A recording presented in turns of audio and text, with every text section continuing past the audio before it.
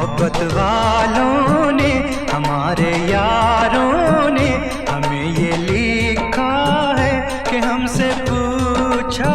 है।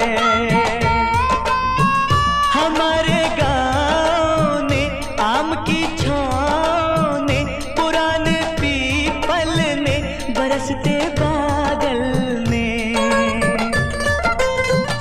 खेत खलियानों ने, हरे मैदानों ने, बसंती मेलों ने, झूमती बेलों ने, लचकते झूलों ने, दहकते फूलों ने, चटकती कलियों ने